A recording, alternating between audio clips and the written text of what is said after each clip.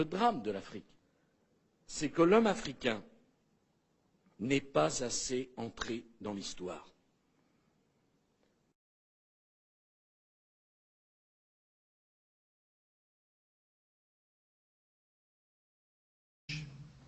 Comment, dans un pays qui regorge de matières premières, et un continent en général, il est possible que les gens restent dans la pauvreté? Alors le fameux Henri Guénaud, qui écrivait les discours de Sarko, dans son célèbre discours de Dakar, où il a fait la leçon au début de son mandat aux Africains, Sarkozy-Guénaud reprochait aux Noirs africains de ne pas être entrés dans l'histoire. Je ne sais pas s'ils sont totalement ignorants ou totalement malhonnêtes, ou les deux, mais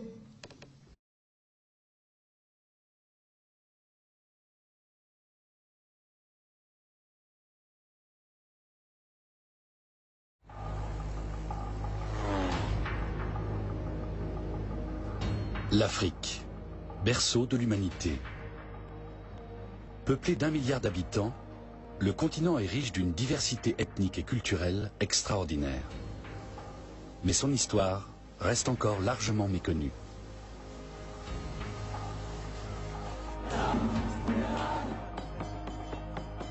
Cette lacune commence peu à peu à se combler, car au cours des dernières décennies, historiens et archéologues ont fait de prodigieuses découvertes. À défaut de documents écrits, l'histoire de l'Afrique s'est transmise à travers les bijoux et les sculptures, la culture, les traditions et les légendes.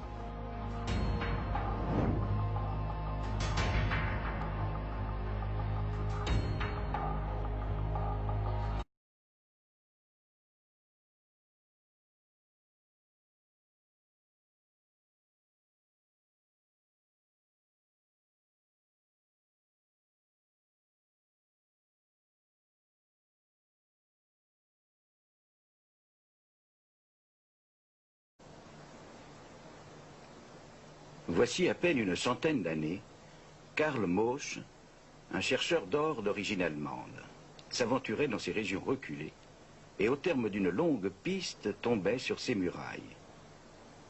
C'était le premier homme blanc à les contempler. Ce qu'il avait découvert, mais il l'ignorait, c'étaient les plus grandes constructions humaines de toute la vieille Afrique, au sud de la vallée du Nil.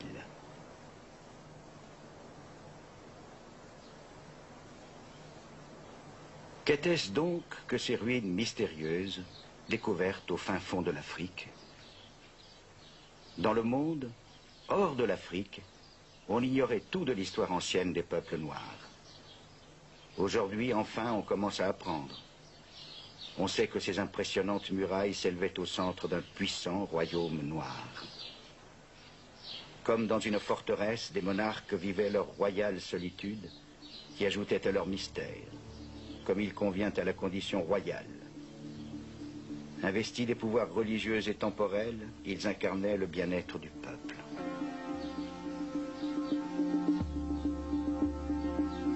Une cité de pierre au cœur de l'Afrique. Pourtant, les Blancs qui les premiers la découvrirent étaient si aveuglés par leurs préjugés qu'ils ne pouvaient en accepter l'évidence. Plutôt que d'admettre la possibilité de l'existence d'une histoire véritablement et exclusivement africaine, ils trouvèrent des explications fantaisistes. Par exemple, ils parlèrent de rites en l'honneur de lointains monarques comme le roi Salomon et la reine de Saba. Le philosophe allemand Friedrich Hegel avait donné le ton. Bien que n'étant jamais allé en Afrique et ignorant tout de ses habitants, voici ce qu'il en disait publiquement en 1831. L'Afrique est le pays où les hommes sont des enfants. Une terre à l'écart de la lumière de sa propre conscience historique et baignée par les couleurs sombres de la nuit. À ce point, oublions l'Afrique et n'en parlons plus. Car l'Afrique n'appartient pas à l'histoire du monde.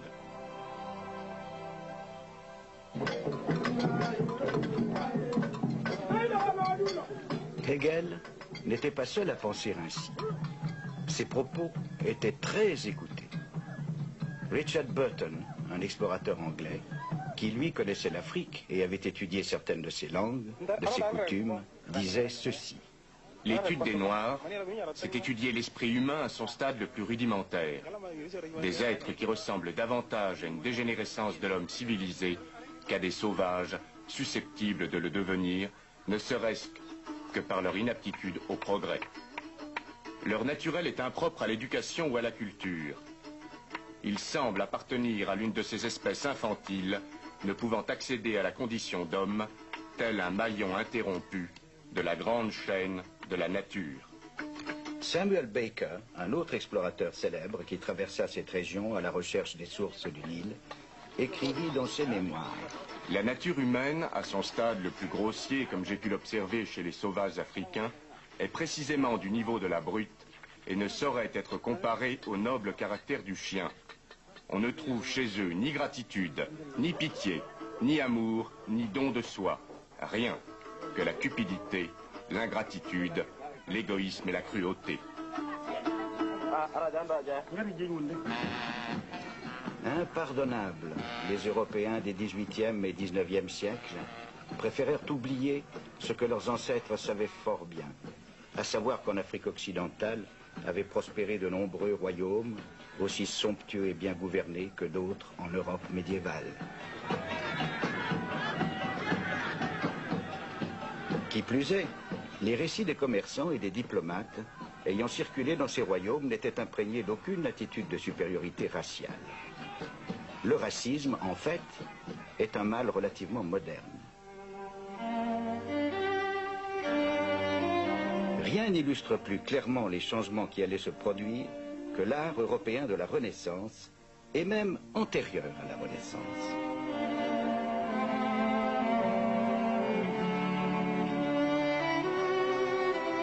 Dans ces tableaux, blancs et noirs figurent avec une égale dignité. On n'y trouve aucune allusion à ce que plus tard, le monde devait appeler la nature humaine à son stade le plus grossier. Et cette reconnaissance d'égalité entre blancs et noirs prédominait aussi au Moyen-Âge. Saint Maurice, qui était noir, comptait parmi les saints vénérés en Europe centrale. Nous le verrons, il est l'un des héros de cette histoire. Qu'y a-t-il donc à l'origine de ce changement radical d'attitude chez les Blancs? L'histoire nous donne la principale réponse: le commerce des esclaves vers le Nouveau Monde. Accrochés dans leurs forteresses de la côte occidentale de l'Afrique, les nations européennes se concurrençaient dans la déportation de millions d'hommes et de femmes noires. Les canons de ces Blancs n'étaient pas pointés vers l'Afrique, souvent considérée comme source de danger, mais vers l'océan, prêts à affronter les navires rivaux pouvant soudainement apparaître à l'horizon. Bien sûr, les Africains n'ont pas été les seules victimes du racisme et des préjugés de couleur. Mais s'ils ont davantage souffert que les autres peuples du monde, la raison en est d'abord là. Pendant plus de 300 ans, cette superbe côte a été le théâtre de la cruauté organisée et systématique.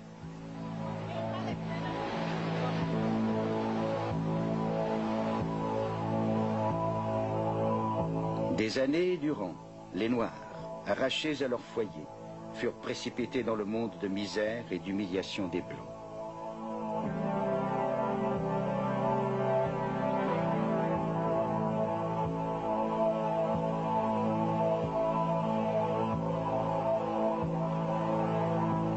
On les considérait comme moins qu'humains, comme des objets à acheter ou à vendre, comme du bétail contre lequel tout acte de violence et d'avilissement était justifié. Partout où le trafic des esclaves a sévi, la stabilité et les structures de la vie africaine furent anéanties. Et avec elles, le respect mutuel ayant préalablement existé entre blancs et noirs.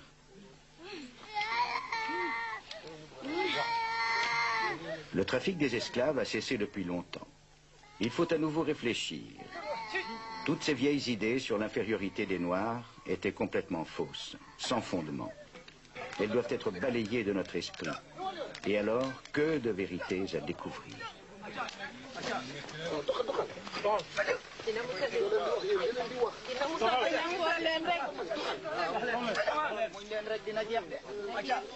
Grâce au progrès de la science, on tient pour sûr aujourd'hui que les Noirs ont leur propre histoire, aussi riche et étrange, longue et surprenante parfois, que l'histoire de n'importe quelle autre branche importante de l'espèce humaine.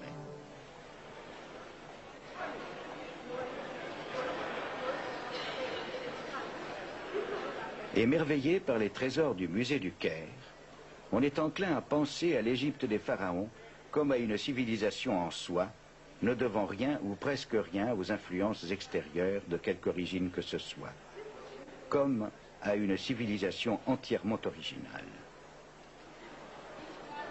En écoutant le guide, la plupart des visiteurs doivent penser que cette statue, celle du jeune roi Toutankhamon, peut bien être devenue noire au cours des siècles, mais qu'en aucun cas elle ne pourrait avoir été à l'origine la statue d'un noir.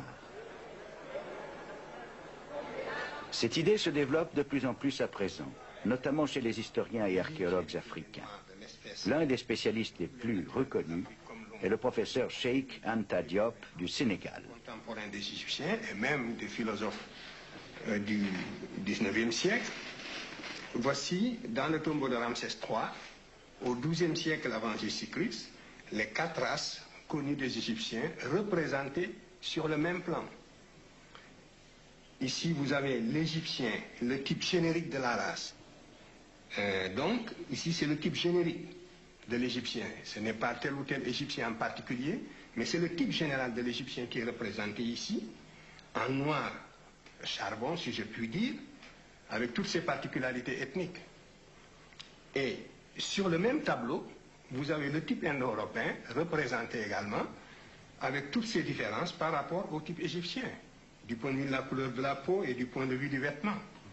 Et ici, vous avez les autres Africains qui habitaient à l'époque l'intérieur du continent représentés de la même façon que les Égyptiens. Ce tableau, cependant, est une rare exception. C'est le seul, semble-t-il, qui démontre si clairement le point de vue du professeur. Dans le même tombeau, sur le même plan.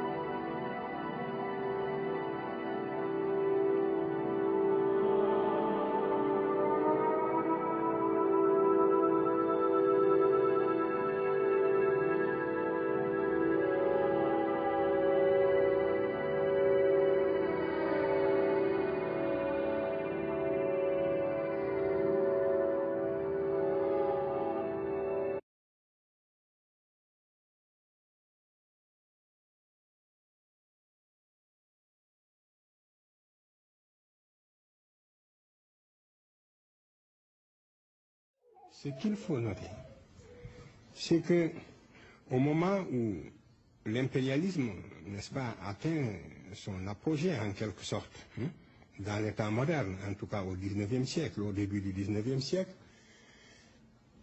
l'Occident découvre que c'est l'Égypte et une Égypte noire qui a apporté tous les éléments de la civilisation à l'Europe. Et cette vérité, il n'était pas possible de l'exprimer. Voilà la vérité, voilà la réalité. C'est que l'Occident qui se croyait chargé d'une mission civilisatrice en direction de l'Afrique, découvre, en fouillant dans le passé, que c'est précisément cette Afrique noire, aujourd'hui son esclave, cette Afrique noire apparemment en régression, c'est bel et bien cette Afrique noire qui lui a donné tous les éléments de la civilisation, aussi extraordinaire que cela puisse paraître. Et cette vérité, tous les savants n'étaient pas également disposés à l'exprimer sans nuance. Donc, la communauté des savants s'est scindée en deux groupes. Les savants de bonne foi qui ont eu le courage de regarder la vérité en face et de dire aussi extraordinaire que cela puisse paraître. Pourtant, c'est cela. Et Volney faisait partie de ces savants. Il était contemporain de Napoléon Volney. C'est un savant du XVIIIe siècle, XIXe siècle, qui a voyagé beaucoup et qui est contemporain de Napoléon. Il faisait partie de ceux qui avaient le courage d'exprimer cette idée. Et ensuite, toute la lignée presque des égyptologues qui ont falsifié l'histoire de l'humanité de génération en génération et qui ont commis un crime le plus grave contre la science et l'humanité. Au sein de ces égyptologues aussi, il y a eu une tendance beaucoup plus modérée qui a essayé d'exprimer une vérité plus ou moins fardée. Voilà. Donc, c'est comme ça, de falsification en falsification, qu'on en est arrivé à dire que l'Égypte est un accident géographique en Afrique. Et quand on parle de l'Égypte, on parle de l'Orient. L'Égypte, ce n'est pas l'Orient, c'est l'Afrique. L'orientalisme est une frustration, c'est une falsification. Il faudra bien qu'il arrive un moment où, après 1000 vérifications, quand les Africains seront édifiés sur ces faits, qu'ils prennent leurs responsabilités et que dans certains domaines quand même, qu'ils s'écartent de l'idéologie parce que les autres font de l'idéologie, même si aujourd'hui ils occupent le haut du pavé, même si aujourd'hui ils sont les pays les plus développés, ils ont failli dans le domaine de la transmission des connaissances dans le domaine des sciences humaines.